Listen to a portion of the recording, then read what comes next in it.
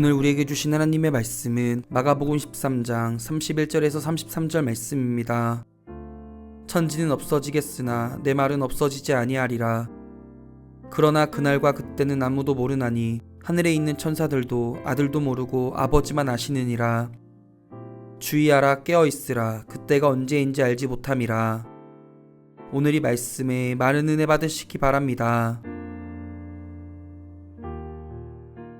우리가 하나님의 사람으로 특별히 교회 공동체에 더 헌신된 사람이 되고 어떤 사역을 감당하는 사람이 되고 또 어떤 일을 할 때 자신의 결정에 따라 영향을 미치는 여러 사람의 교우들 또 그 사역의 방향이 결정되는 그러한 사람이 될 때 우리가 잊지 말고 꼭 기억해야 될 것이 마지막 때를 잘 우리가 이해하는 것입니다.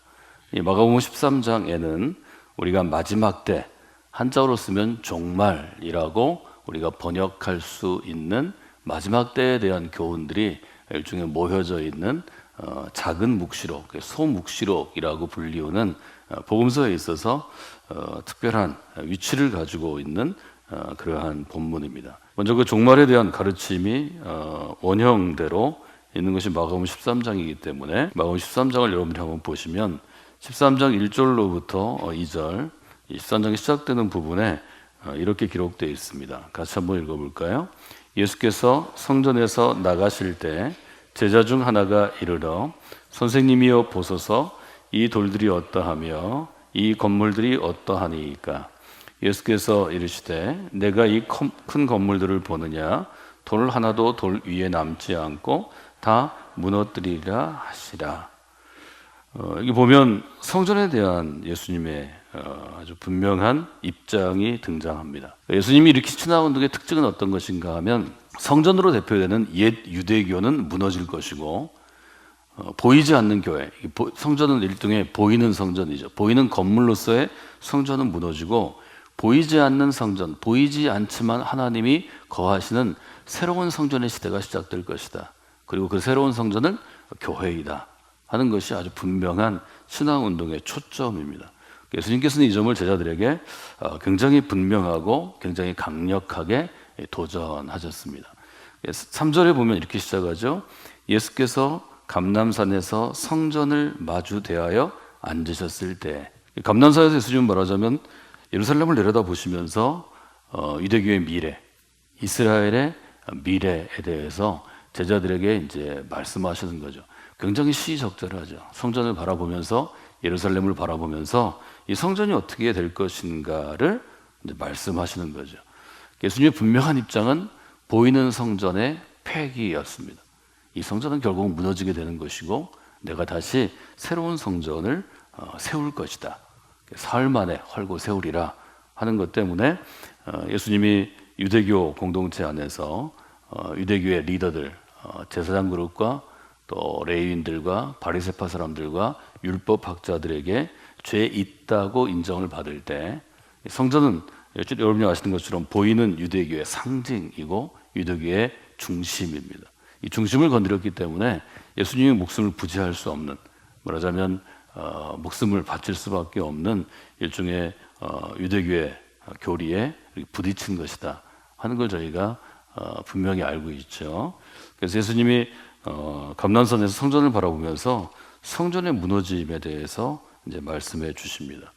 마지막 때의 변화에 대해서 우리가 알 수 있는 것은 마지막 때에는 특징이 있다는 거죠. 그래서 마지막 때에 대해서 예수님께서 우리에게 가르치시는 것은 재난에는 어떤 처음에 그 재난이 오기 전에 또 마지막 때가 오기 전에 전조 현상이 있어서 우리가 알 수 있는 사인들이 있다 하는 걸 분명히 얘기하시는데 크게 나누면 세 가지 정도를 5절로부터 8절에서 볼 수 있습니다.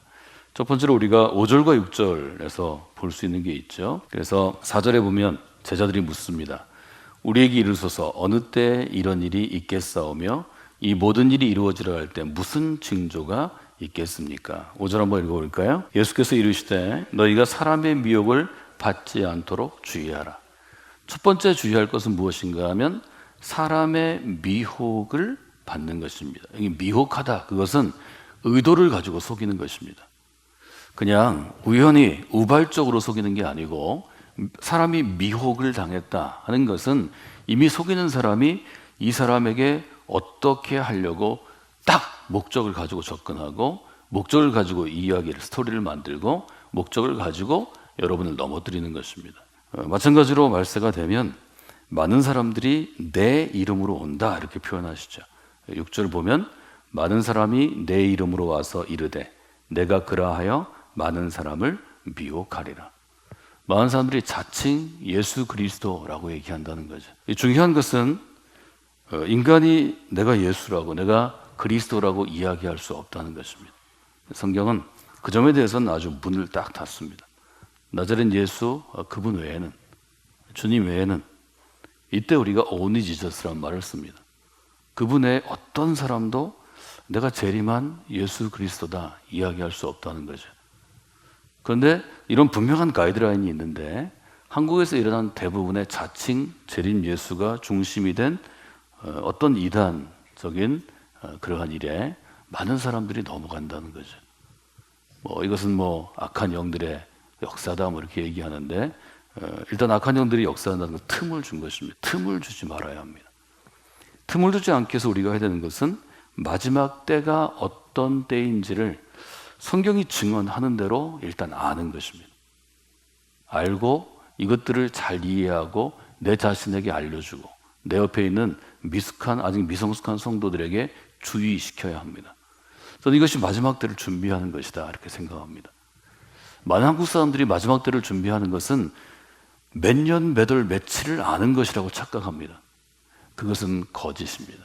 성경은 그런 마지막 때에서는 아는 바 없다고 분명히 잘라 얘기하십니다. 그래서 여러분들이 마지막 때를 준비한다는 것은 예수님이 말씀하신 마지막 때가 무엇인지를 성경에 있는 성경의 증언대로 우리가 흔히 얘기하는 대로 팩트를 분명하게 아는 것이고 그 다음에는 이것을 해석하는 것입니다. 왜 마지막 때에 대해서 예수님이 이렇게 강조하시고 우리에게 교훈을 주셨는가? 성경으로부터 시작되지 않은 것들은 여러분들이 거짓말이라고 거짓이라고 구분하실 수 있어야 합니다. 우리의 모든 신앙적인 논의는 성경 안에서 인캐논, 성경 안에서 시작되고 성경 안에 근거를 두고 맞춰져야 그래야 잘못된 길을 갈 가능성이 없어집니다. 적어지는 거죠. 그 점을 여러분들이 보실 수 있습니다. 두 번째로는 어떤 것이 있는가 하면 대부분이 마지막 때가 사람들에게 유행하는 때는 현실 세계가 흔들릴 때입니다. 7절 한번 읽어볼까요? 난리와 난리의 소문을 들을 때 두려워하지 말라. 이런 일이 있어야 하되 아직 끝은 아니니라. 충돌과 갈등, 나라와 나라, 민족과 민족, 또 종교와 종교 이런 갈등들이 심해지면 때가 좀 어려운 때다 하는 거죠. 이것은 일종의 조정되지 않는 문제고요. 또 하나 있는 것은 8절에 있는 거죠. 8절 한번 읽어볼까요? 민족이 민족을, 나라가 나라를 대적하여 일어나겠고 곳곳에 지진이 있으며 기근이 있으리니 이는 재난의 시작이죠. 자연재해가 일어난다는 거죠. 그래서 지진이 있고 기근이 있고 이제 해일, 쓰나미와 같은 해일이 있는 것 이것들이 전 세계적으로 잦아지면 이제 그때가 마지막 때의 징조다 하는 것을 분명하게 이야기하고 있습니다. 이 마지막 때의 징조는 가만히 보면 제가 지금 세기말이라고 말씀을 드렸는데 현재 우리가 살고 있는 사회와 세상이 불안해질 때 이 마지막 때에 대해서 우리가 좀 더 경각심을 갖게 됩니다. 말하자면 더 많이 생각하게 되고 더 많이 집중하게 된다는 거죠. 예수님께서는 이런 점에 대해서 얘기하시고 그 다음에 9절 이하는 어떤 것인가 하면 실제적인 핍박입니다. 예수님은 지금 어느 부분에 대해서 얘기하시냐면 13장 전체로 보면 지금이 마지막 때라고 예수님 강조하시는 것입니다. 지금 이제 예수님이 십자가를 지기 전에는 그렇지 않지만 십자가를 진 다음에는 이 마지막 때가 너희들에게 임한다. 이 점을 분명하게 알려주시는 것입니다. 9절을 그렇게 되어 있죠. 너희는 스스로 조심하라. 사람들이 너희를 공회에 넘겨주겠고 너희를 회당에서 매질하겠고 나로 말미암아 너희가 권력자들과 임금들 앞에 서리니 이는 그들에게 증거가 되려 함이라. 바울이 당한 일이 똑같죠. 바울과 바울의 제자들 초기에 교회를 세우려고 한 사람들이 유대인들에게 의해서 체포되고 구금되고 공회에 넘겨져서 재판을 받고 매질을 당하고 또 감옥에서 어려움을 당했습니다. 또 로마 제국의 권력자들과 로마 제국에서 권력을 이양받은 사람들, 그러니까 권력을 맡게 된 헤로단과 같은 그 지역을 통치하는 식민지의 통치자들 앞에 서게 되죠. 10절에 보면 복음이 먼저 만국에 전파되어야 할 것이니라. 마지막 때 복음이 전파되죠. 11절에 보면 사람들이 너희를 끌어다가 넘겨줄 때 무슨 말을 할까 미리 염려하지 말고 무엇이든 그때 너희에게 주는 그 말을 하라. 말하는 이는 너희가 아니요 성령이시라. 핍박의 시대, 어려움의 시대 가운데 어떤 일이 있는가 하면 잡혀가서 신앙에 대해서 고백하라. 그러니까 신앙을 배교하라. 이런 문제를 받게 되는데 그때 너무 두려워하지 말고 성령께 맡겨라. 형제가 형제를, 아버지가 자식을 죽는 데 내어주고 자식들이 부모를 대적하여 죽게 하리라. 이것은 일종의 핍박의 때라는 거죠. 마지막 때는 반드시 또 이런 핍박의 때가 온다는 거죠. 그리고 나서 이제 가장 큰 환란이라는 대목으로 14절부터 23절까지 여러분이 잘 아시는 부분, 멸망이 있을 때 유대에 있는 자들은 산으로 도망하고 지붕 위에 있는 자는 내려오지도 말고 집에 있는 무엇을 가지러 들어가지도 말고 밭에 있는 자는 겉옷을 가지러 뒤로 돌이키지 말지어다. 그날에는 아이를 가진 이들과 젖먹이 든 자들에게 화가 날 것이다. 이 일이 겨울에 일어나지 아니하도록 기도하라. 환란의 때, 핍박의 때를 이야기합니다. 이 마지막 때에 대한 징조를 보면서 우리가 생각해야 될 것을 두 가지 혹은 세 가지로 여러분들이 기억하시면 좋을 것 같습니다. 첫 번째로 주님께서는 이 마지막 때는 믿는 모든 사람에게는 살아있을 때 올 수도 있고 또 그 다음 세대에 올 수도 있고 또 죽기 전에 우리가 비슷한 것을 경험하지만 실제 마지막 때를 우리가 갖지 못할 텐데 그리스도인으로 살아가는 동안에는 마지막 때를 준비하는 사람이 되어야 한다. 이것이 예수님의 교훈입니다. 제자들에게 준비하라는 것입니다. 마지막 때가 지금 시작되었기 때문에 너희에게 오고 있기 때문에 준비하라. 이것은 굉장히 중요한 마지막 때를 향한 우리의 자세입니다. 마지막 때에 준비하라를 우리가 어떻게 볼 수 있는가 하면 28절에 무화과나무의 비유를 얘기하시죠. 무화과나무의 비유를 배우라. 가지가 연하여지고 잎사귀를 내면 여름이 가까운 줄을 아나니. 우리는 봄, 여름, 가을, 겨울이 있으니까 이 비유가 너무 눈에 와닿죠. 예를 들면 우리가 가을이 와닿는 것을 아는 것은 가을에 대부분의 나무들의 색깔이 변하는 것입니다. 우리가 낙엽의 계절, 또 단풍의 계절 이렇게 얘기하는데 단풍 드는 것입니다. 그럼 가을이 온 줄 알죠. 겨울이 오는 것은 단풍이 떨어지면 겨울이 온 줄 압니다. 봄은 어떻게 하나요? 말랐던 나무마다 물이 올라와서 우미 트고 아주 연한 싹들이 잎사귀가 나기 시작하죠. 그들이 점점 짙어져서 여름이면 아주 실록의 계절을 맞이하게 되죠. 나무의 잎사귀의 색깔의 변화, 가지의 색깔의 변화를 보면서 이런 징조가 있으면 그때가 가까이 온 줄 알고 더 준비해야 한다 하는 것을 아주 분명하게 알려줍니다. 마가복음 13장의 가장 큰 교훈은 그것입니다. 준비하라 하는 것입니다. 그리스도인은 마지막 때를 준비하는 사람이라는 것입니다. 이 마지막 때를 준비하면서 우리의 신앙이 자라납니다. 이 마지막 때를 준비하면서 그리스도의 복음이 왜 중요한지를 더 깨닫게 되고 이 마지막 때를 준비하면서 복음을 실제로 전하는 사람이 됩니다. 대부분의 마지막 때는 주님 다시 오시는 계시록이 고백하고 있는 것처럼 우리에게 주어지는 어떤 하나님 나라의 목표점으로서의 마지막 때보다 개인의 마지막 때를 대부분이 먼저 받게 됩니다. 마지막 때를 여러분이 잘 준비하시면 여러분의 죽음을 잘 준비하실 수 있습니다.